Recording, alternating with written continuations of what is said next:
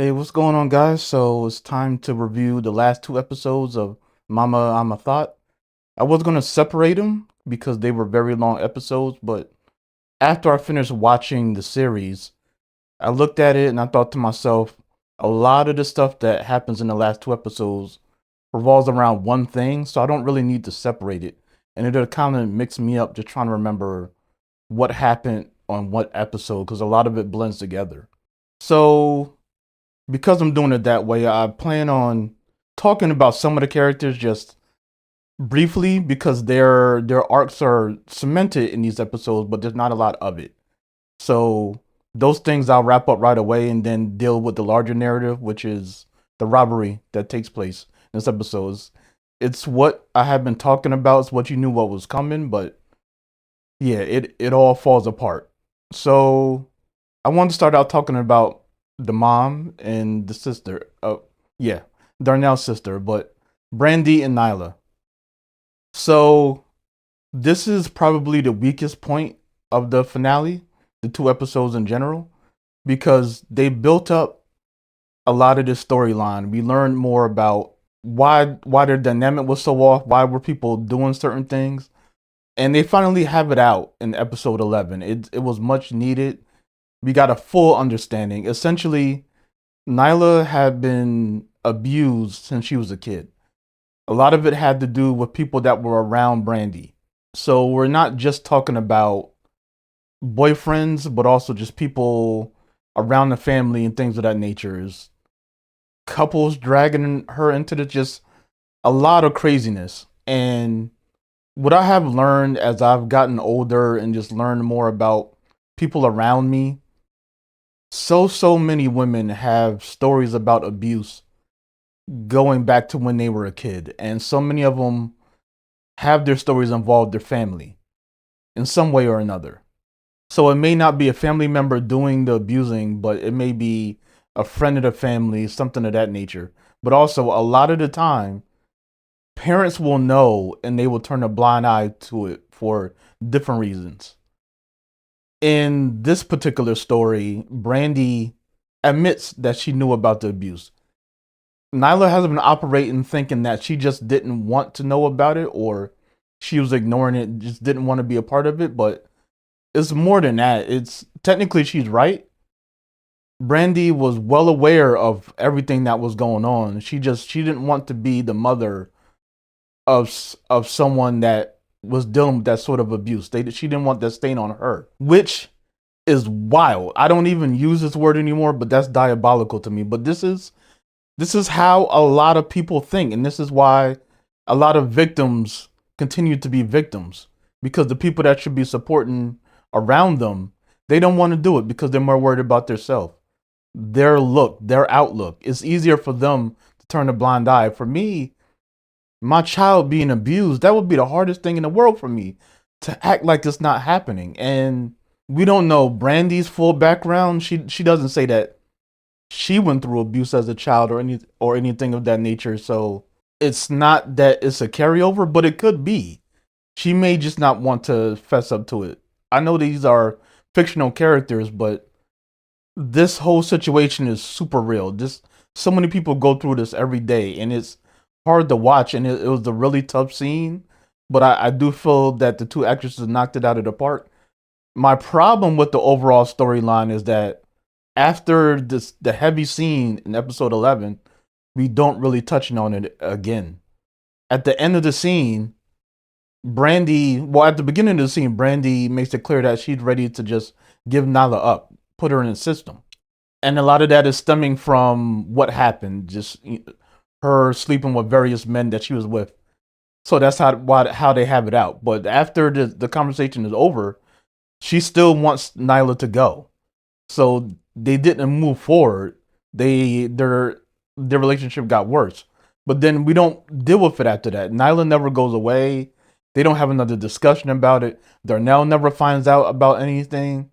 There's no catharsis or resolution either way. It's just even all the way at the end, we don't even really see Nyla. Nyla is there throughout the last two episodes. She just kind of exists. She's still working in the sense of how she was helping Darnell with the websites and everything, but just as a character, we don't get much else from her, and that just kind of sucks.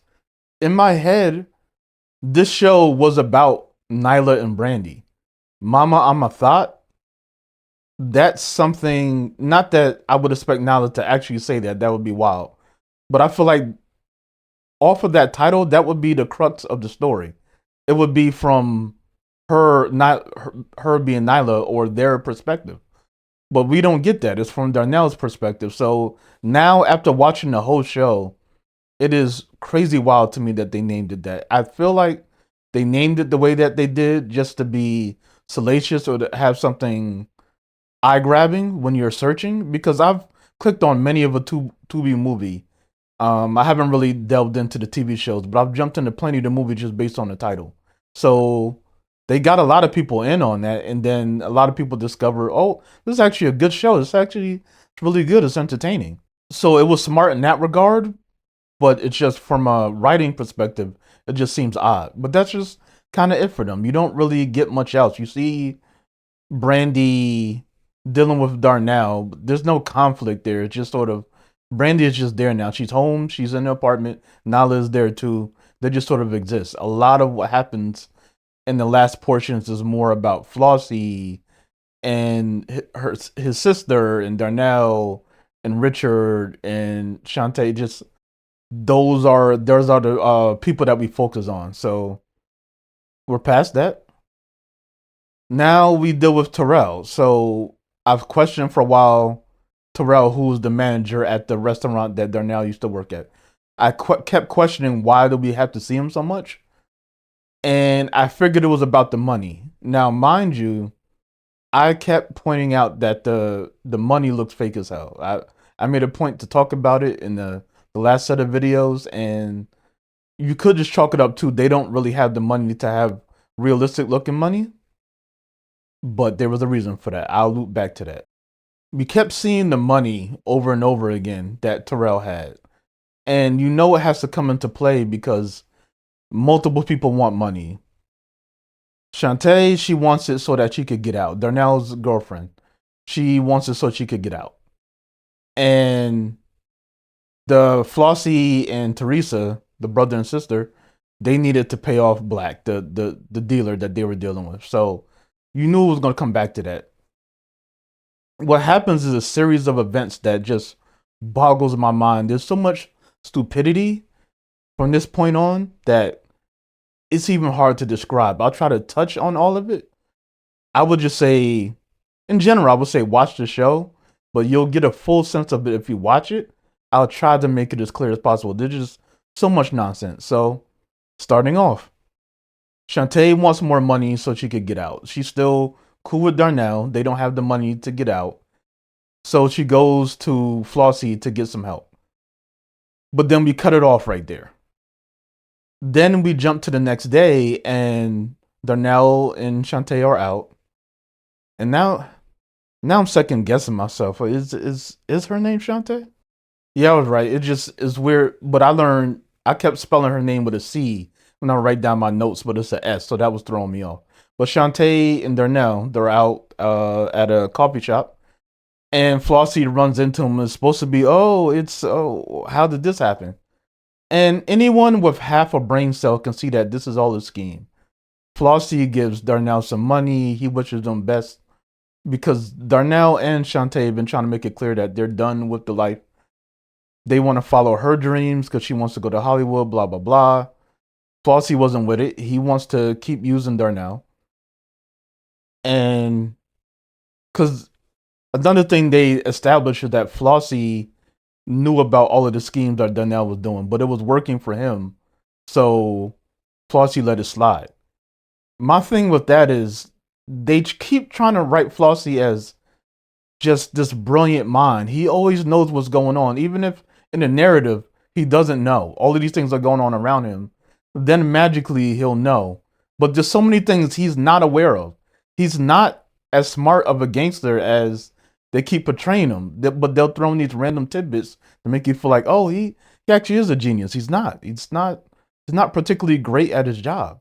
So I don't even believe that he really knew. I feel like it would be simple to pull the wool over his eyes. But he even admits to giving the money so that Brandy could have somewhere to stay when she got out, which the girl said they did that, but he's saying this came from him. We have this little moment that they just move past things, and Darnell's buying a hook, line, and sinker. Nobody else is as watching. They get out. Shantae gets kidnapped, so now there's a ransom out for her. At this point, Darnell and Flossie's their sort of quasi relationship or whatever is just fragmented. Flossie is on the low because he doesn't have the money. All of his girls ran out on him, so he agrees to help Darnell, to let him go because he's like, oh, I knew what you was doing, and you cost me money on this, that, and the other. So you helped me get some new girls. Talking to Darnell, and then you could go. So they run this little gambit with these girls. Darnell's supposed to, and they acknowledge they're teenage girls. Flossie trying to put them on game. It's 10 in the morning. They're here eating. They're not at school. Parents probably don't even care. These are easy pickings. And of course, Darnell is thinking, well, they're teenagers. They're underage. I don't want anything to do with this. Eventually, he does it. He sort of harks back to what his father told him, which was when he met the mom. He was shy and he tried, but he didn't really have game or anything like that. And he feels that Brandy took pity on him. So the gambit he runs is that he tries to holler at two of the girls, and they shoot him down because he just shoots corny pickup lines. But the third one is willing to give him a shot, and that's how he gets his first girl. So we see that's like the last bit we see of him learning lessons from people all around him. But anyway, so Darnell gets roped into robbing Terrell to get the money to free Shantae. And also he knows that Flossie needs money, whatever. So if they get all of the money, everyone can be happy. That's the setup. Of course, he goes to Richard to do the robbery because who else? He's not going to be able to pull it off by himself. And it would be insane to try and do it when he already worked there. But I would have never roped in Richard. In a lot of ways, he seemed like a great friend, or not a good friend. But he also seemed to be someone that just really wanted to get down in the dirt. But he's not really about that life. He didn't actually grow up in it. He's trying to adopt hood culture, but he doesn't really know anything about it. He doesn't know about the struggle, having to commit any real crimes or anything like that. So he's not a great person to bring into it. We get to the robbery. They get figured out almost immediately because they're not really hiding their voices, and they have masks on, but you can see to the eyes. You would just assume, at least with Darnell, you would just assume Terrell doesn't really know Richard, so he could kind of get away with it, but it's already screwed up from the get-go. And I put this on Flossie. Why would you get someone that already worked there and he was already accused of stealing before? It's not going to go well. You need to get someone that's separated from it all so that you can have a clean break. All of this stuff is going to circle back to you. And also, Darnell's never done something like this, so why would you trust him to do it? Even if he's desperate, blah, blah, blah. It's just, his trust he puts in people doesn't make any sense to me. He's supposed to be able to truly read people, but not really. He's doing stupid shit all the time. The robbery goes left. Richard ends up shooting Terrell because he could finger them both in a lineup or whatever. It would be pretty easy for him to know it's Darnell. And Darnell just basically gives up the rouge at some point while they're trying to rob. He's just talking. It's like, I gotta help Shantae and all this. So just no one should have died in that scenario, but it was the perfect course of events so that they would have to kill him. They get the money. Flossie follows them, steals all of the money. And this is another thing that just boggles my mind. But I'll get to that in the narrative. So they take the dead body with them. They take Darrell with them. Their plan is to cut him up and get rid of him. They don't know how to do this. They never dealt with a dead body. They're not about this life. So they try all of this stuff to get rid of Terrell, but they can't do it. And eventually they end up trying to put him in a marina because he remembers Richard, who his dad is a police officer, so that's a whole other thing. The person you are getting involved in this criminal activity, his father is at this point soon to be chief of police. That's who you get roped up in this. And they took so long getting home because they took the dad's car. So now the dad's car is implemented in this crime. He took so long that the cop put out a order to find them, and they do get found out. So they got stopped. They get told to go home immediately, but then they still don't come home. Well, Richard, the one who needs to come home, but he doesn't come home until the next morning. So all of this looked fishy. And when the crime gets out, because it will, you're gonna look like the first suspect. You were gone all night. All of that happens. Richard brings the truck home. At this point, they got rid of the body. Darnell stays by Flossie's. Darnell goes into the house because he's supposed to be watching for Flossie because Richard wants the money. They don't have any of the money for what they did. What pisses me off is when Flossie gets back to the house, he still has all of the money. Why? Why? If he had it and he stole it, take the money, pay the dude off as soon as possible, and then give them whatever you're gonna give them or not, whatever. But it should have been taken care of. My man came back with all of the money. So at this point, Shantae is there because it's all a ruse. It's not real. It wasn't a real kidnapping. Donnell doesn't know this. He gives Shantae just basically every benefit of doubt in the world to whatever nonsense she says to cover it up. So we blow through that. Flossie gets there. Darnell starts to get heart, and he's finally to the point where he's tired of being screwed over. Shantae lied to him. Flossie lied to him. Flossie's been lying to. Well, they both been lying to him over and over again over random things. So it comes to the point where Flossie is threatening to kill him, and Darnell's not scared anymore. You're not gonna do it. You won't have the heart. Finally, he's stepping up and being the man that he needs to be. Shantae said she needs to go to the bathroom real quick. In my mind, I wasn't thinking anything of it because we just had that confrontation. So I was thinking, okay, this gives them time alone for something crazy to happen. That's not what happens. She sneaks out with the money. That was the end of episode 11. So played all of them and screwed both of them. So now Flossie doesn't have the money he needs. Darnell is implicated in a murder for a fake kidnapping, real robbery. And for the girl, he did all of this for the girl that just screwed him over again. What also bugs me is as we go into episode 12, Shantae is just in town. She's still going on auditions and blah, blah, blah, yakety schmackety, all of this stuff, but she's still in town. She's still living at home with her mom. No one comes to see her. Her life isn't in danger. What are we doing? I feel like with the female characters towards the end, they just dropped the ball. Just in terms of storytelling purposes, there should have been more going on with them that was set up that they just sort of blow past. She's kind of out of the story by that point. She's still just going on auditions. She's chilling, and she does land an audition. Her mom isn't happy about it because her mom told her, "Do not let the sex play you. Like, don't get caught into the trap of giving your body up to get what you need to keep doing it. Because if you do it now, you get in Hollywood, you're gonna do it. You're gonna keep doing it. It's gonna get worse. It's not. Oh, I'm just doing this to get my break and then I'll stop. Hollywood is a fickle place. You may land one job. She lands a job on a medical show that they watch. That show could be done 6 episodes after she gets there. You could get cut because they don't like your acting, whatever it is. And then she's going to be desperate alone, doesn't have enough money to survive for a certain amount of time. Then she's going to do the same thing. So the mom is right.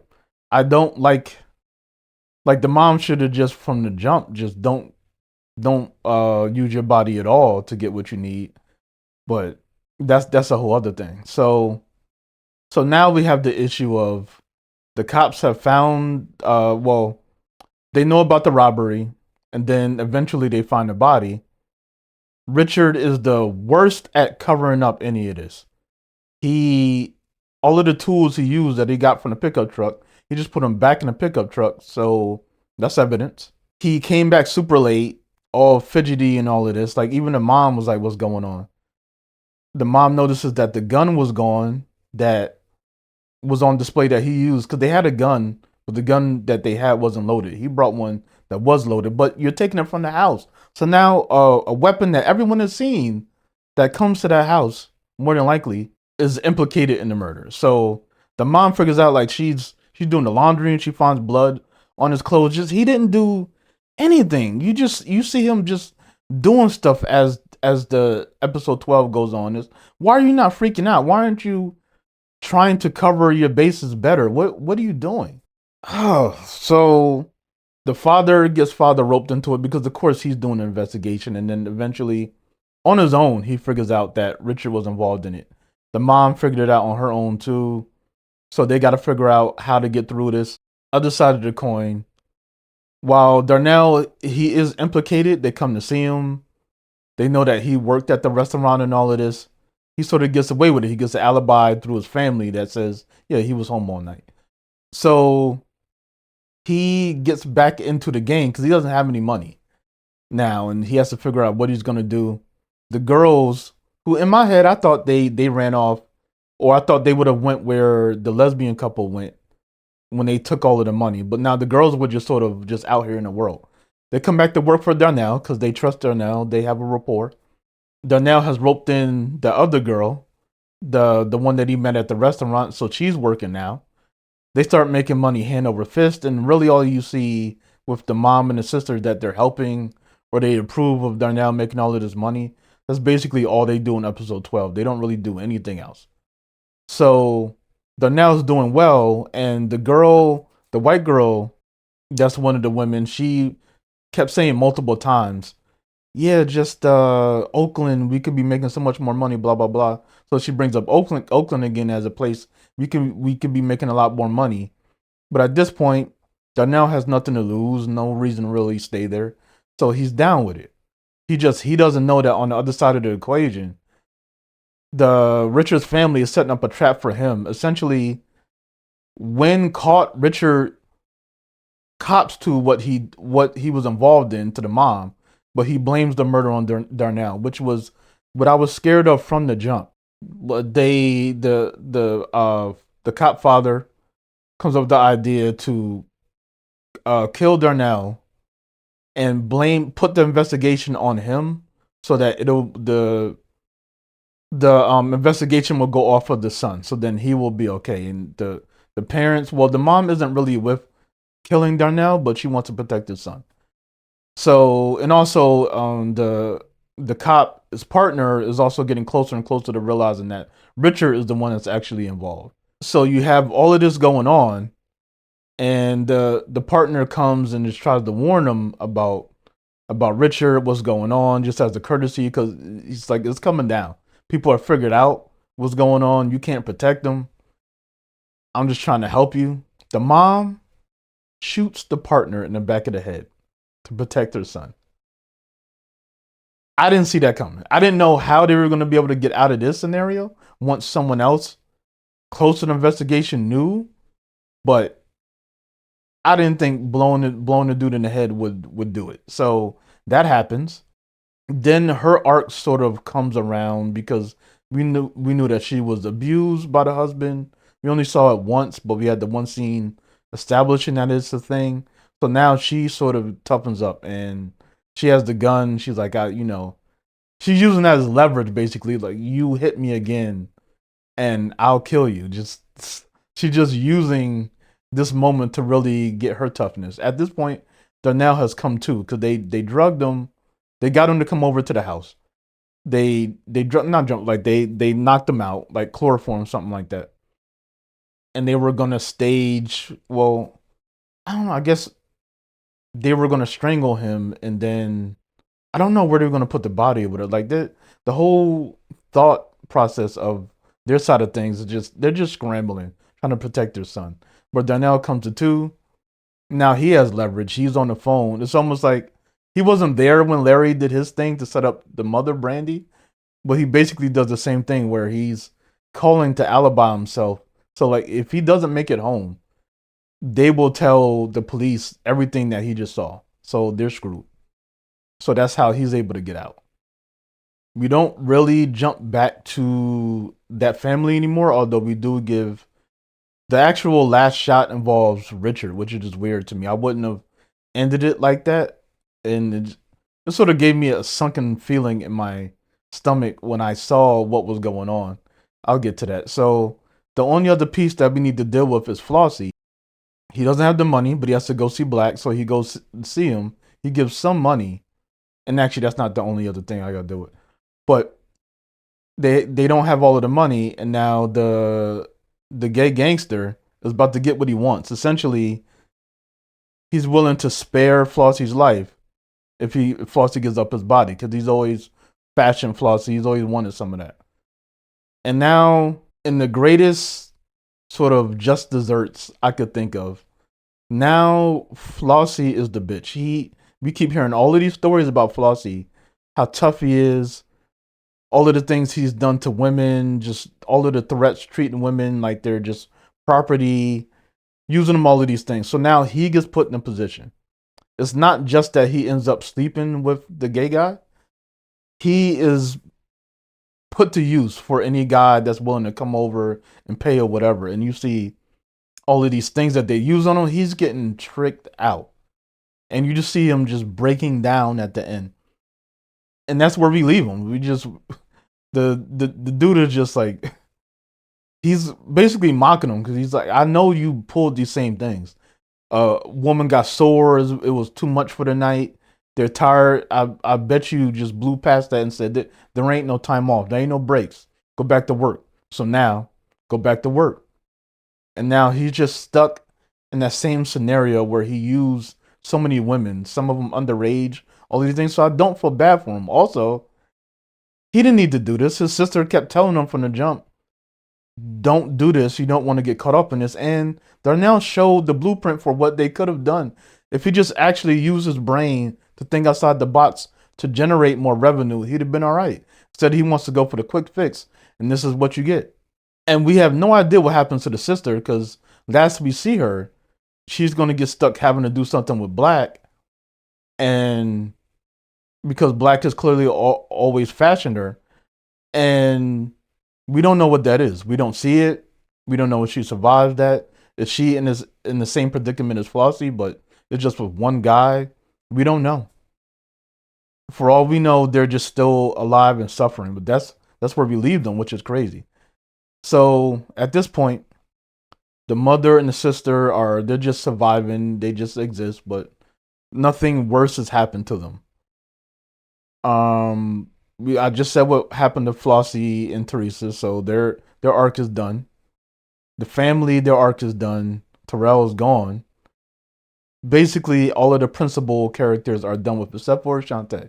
So we just casually see her going to a corner store to get some food. She's just buying a whole bunch of junk food as she goes to Hollywood to live her dreams. And we realize here that the money that Terrell had in the vault or the safe was counterfeit. It was supposed to look fake because it is fake. She gets fingered for, she gives $100 bill, because they just keep showing every time you see money on the show, it's just $100 bills, $100 bills. I'm like, could y'all get something smaller? That's not inconspicuous at all that you would constantly be throwing out 100s everywhere. But the $100 bill was fake, so they call the cops. The cops come way too quick, mind you. As soon as, because she kept saying I want my change. The woman was like, I'm gonna get you your change. Hold on. Nah, I would have been gone. I would have just assumed something is wrong and then just get up out of there. But the scene also, from that point to when the cops come, is maybe a minute. There's no cop is coming that fast for counterfeit. She should have been able to get out of there.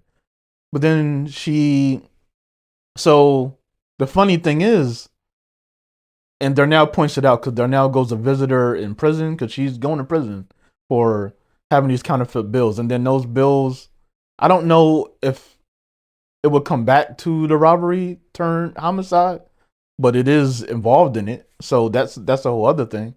And it also points to why Terrell was like, I can't give you money to help you, because Flossie and Teresa, they basically, at first they want to try to get the money from Terrell just by asking him. Teresa finds a way to get herself in there through, I'm going to be the girl for Terrell today. they go back trying to get the money, but he's like, it would be worse for me if he did that. The money wasn't real. So if he did that, he would have been guaranteeing his death sentence. So Darnell does go visit her in prison, and at first, like, she's like, I need you to put money on my books. I'm like, have you lost your mind? You're really giving demands to this dude after what you did to him? What Twilight Zone universe do you live in? And it seems at first that Darnell is going to do it for her. But eventually we do see him man up, and he's just like, well, he's like, well, thank you for taking everything from me, because I could have been here right beside you if I did that. So fuck you and fuck off. So that's the last we see of Shantae. And at this point, if she had turned up dead, I would have been fine with that. I was so annoyed with the character by the end, but she got her just desserts, probably in the way that she deserves. I don't know how long she would be in there and what have you, but her little dreams is going in as a woman.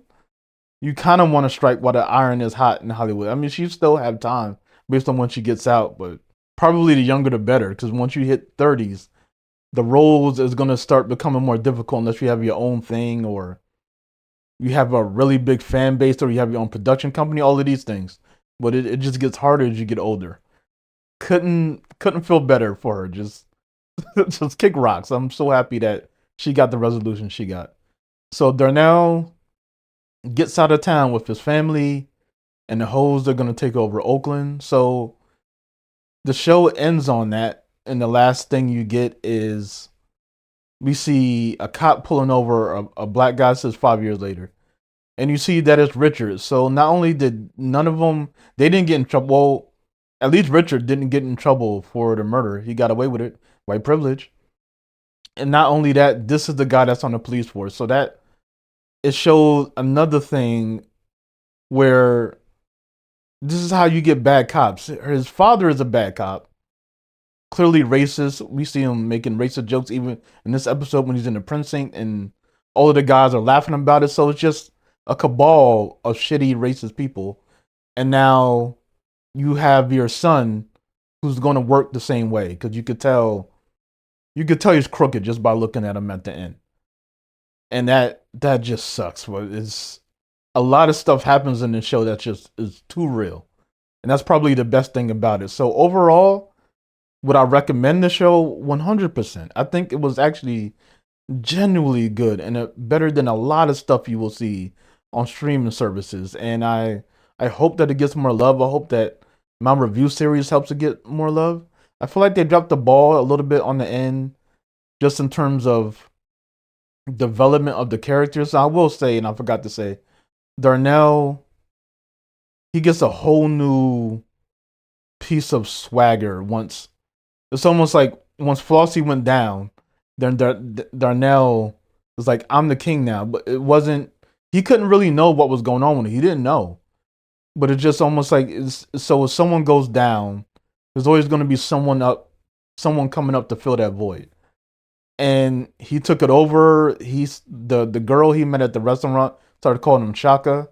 So that ended up being the name that he rolled with. And he just had a new sense of confidence that he needed. I just wish, like, it was so up and down with him, where I would feel like, all right, he's finally there. He has the confidence he needs. I rock with this. And then it'll be back to him being this soft simp, this weak dude that you've always seen. And then he would get it back and then go to. So I just wish at a certain point it remained more consistent. Not to say that the softness will never show itself. It just, we're not all one thing all of the time. But I just wish it was a more consistent wavelength throughout the show. And some of the characters fell off without much development. And there's some, little technical things, stuff that goes with being a cheap production that they should work on with the sound and the visuals at certain points. But overall, I think it was a really good show. I would recommend it to anyone. Don't get tied up in the title or anything like that, just because I feel like they really use that to drag you guys in, and it dragged me in. But if you have watched the show, let me know what you think. I haven't been getting much feedback on it, but over time, I may see more people commenting on the show, and just they discover it on Tubi, and they look for people to talk about it or anything of that nature, and then they may find me. So it may come over time. But I really am curious overall what people are thinking of this show and how it ended and things of that nature. But thanks for going on this journey with me. There's a lot more to come. Thanks for listening, everyone. Bye for now.